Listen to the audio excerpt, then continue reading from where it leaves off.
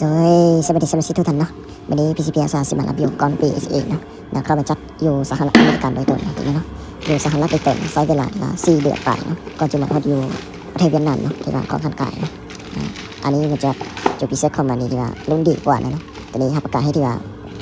ทางงานก็จะประกาศให้ฮอดเดือนเนาะสำหรับกอง PSA กองกำจัดนี่นะกำจัดก่อนที่ว่าประกาศให้ที่ว่าลูกค้าที่ว่าฮอดเดือนเนาะผู้ใดอยากรู้รายละเอียดสักเจนสามารถอีกหาในโครงการมาจอดได้นะ9196 เนาะสำหรับกอง PSA คนเข้ามาจัดอยู่สหรัฐอเมริกาโดยตร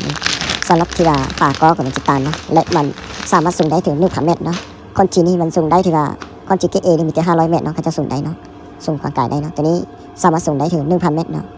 ประมาณนี้เลยเนาะตอนนั้นซึ่งมันจะเลิกเนาะทางไทยมันจะเขียนว่า USA เนาะบททางกฎมานี่ประมาณนี้เลยเนาะมันจะดันเรื่องไปนี่เลยเนาะการนักการฟงการให้ประเทศได้ดีกว่าโตคนจีนได้เนาะสำหรับกรณีเนาะข้าพเจ้าว่าไปเบื้องต้นเลยนะมันสามารถที่ว่าส่งได้ถึง 1,000 เมตรเนาะประมาณนี้เลยเนาะการน้ำนี่ที่ว่าการที่ข้าพเจ้าคิดนี่ที่ว่าเคยสร้างมานี่การน้ำประมาณ 99% เนาะประมาณนี้เลยเนาะฝานี่จะเป็นปีเปิดไปนี่เลยเนาะฝาอันนี้เนาะมันจะสบายเนาะเวลาที่ว่าเอาเข้าไปปลาหรือว่าเขาเวลาเขาอัพนะตัวใส่ดีที่ว่าลูกคันหลายๆทางที่ว่าไม่ให้เสียหรือว่าไม่ให้เฮียนเนาะตัวใส่นี่เนาะใส่ก้อนนี้เนาะรุ่นนี้มันจะคุณภาพได้ดีกว่านะกันน้ำกันฝนนี่เนาะมันจะกันน้ำได้ดีกว่าตัวใส่ฮะเนาะใส่มันนี่ลูกคันหลายๆทางที่ไม่ให้เฮียนเนาะเวลาไปปลาอย่างต่างๆเนาะแต่ตัวนี้บ่สามารถที่ว่าเฮียนได้เนี่ยเนาะฝามันเพราะว่าติดใส่อยู่นะก้อนให้เลยเนาะมันจะเน้นเนาะตัวนี้นะประมาณนี้แหละนะก่อน BSA เดี๋ยวครับจะชี้ให้เบอร์เส้นเหล็กก้อนว่ามันเป็นอะไรเนาะเส้นเหล็กก้อนอยู่ไหนนี่เนาะที่เป็นก้อน BSA 100% นะตัวนี้นะเข้ามาจากสหรัฐโดยตรงนะตัวนี้นะปัจจุบันนี้ที่ว่ามีจำนวนหลายเนาะข้าพเจ้าที่ว่าสามารถไป100 อันเนาะสำหรับก้อน BSA นี่นะประมาณนี้เลยนะเส้นเหล็กเนาะเส้นเหล็กอย่างต่างๆมาจีเจ้งกว่าคน GKN 100% แน่นอนเนาะสำหรับก้อน BSA ตัวที่นะเข้ามาจากสหรัฐโดยตรงนี่นะราคาก็มันจะต่างกันนะตัวนี้นะผู้ใดสนใจสามารถอีกหาได้นะมันสามารถส่งได้ถึง4-6คู4cc AF ตัวนี้นะประมาณนี้เลยนะเส้นเหล็กนี่นะมันจะเจนมันจะมีไม่มนๆอยู่ข้างกันนะเวลายีนี่มันจะสบายเนาะและมันจะเป็นทางข้างทันเทิงนี่มันจะมีตัวเล็กเนาะ2468เนาะประมาณนี้เลยนะมันจะมีเบอร์ไซส์เบอร์กว่ามีมันเนาะถึงเบอร์เทิงนี่บ่มีเนาะตัวเล็กเนาะตามนี้เลยเนาะเส้นเหล็กของงานแน่นอนเนาะที่ว่าผู้ใดเคยใส่นี่น่าจะพูดดีเลยเนาะสำหรับก้อน BSA นี่ที่ว่าคิดหนึ่งนี่มันสามารถที่ว่ายิงได้ถึง2-30 เมตรเนาะเวลาเขาเพื่อเนาะ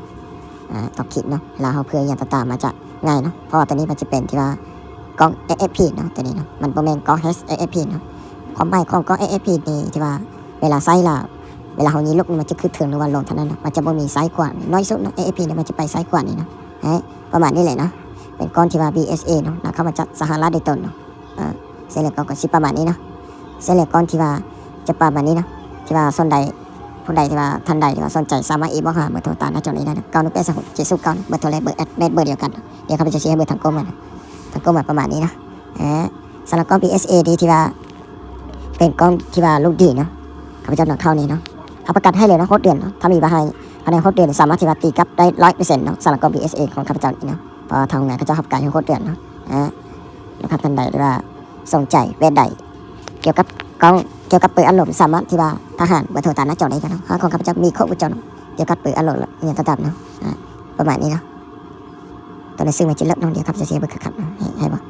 บ่มีห้าใดก็ปีได้เลยเนาะสาระซื้อหาของข้าพเจ้านี่มันจะมีใบรับประกันที่ว่าโคตรเดือนเนาะใบรับประกันนี่เป็นกล้องเลยเนาะหรือว่าเป็นสลิกาโอนเงินให้เลยนะเพราะว่าทันท้ายแต่เล็บคือกันเนาะแต่ละคนนี่เนาะใบรับประกันนี่เนาะประมาณนี้เลยเนาะก้อน BSA นะเข้ามาจากสหรัฐโดยตรงค่านี่ที่ข้าพเจ้ามาส่งนี่จะเป็นที่ว่าค่าลูกอื่นเนาะตัวที่ก้อน BSA นี่ข้าพเจ้าบ่ได้ขายออเทอร์เนาะขายมันค่ามันเนาะตัวเป็นสีแดงเนาะค่ามันนี่คุณภาพสูงกว่าตัวคนจีนแน่นอนเนาะ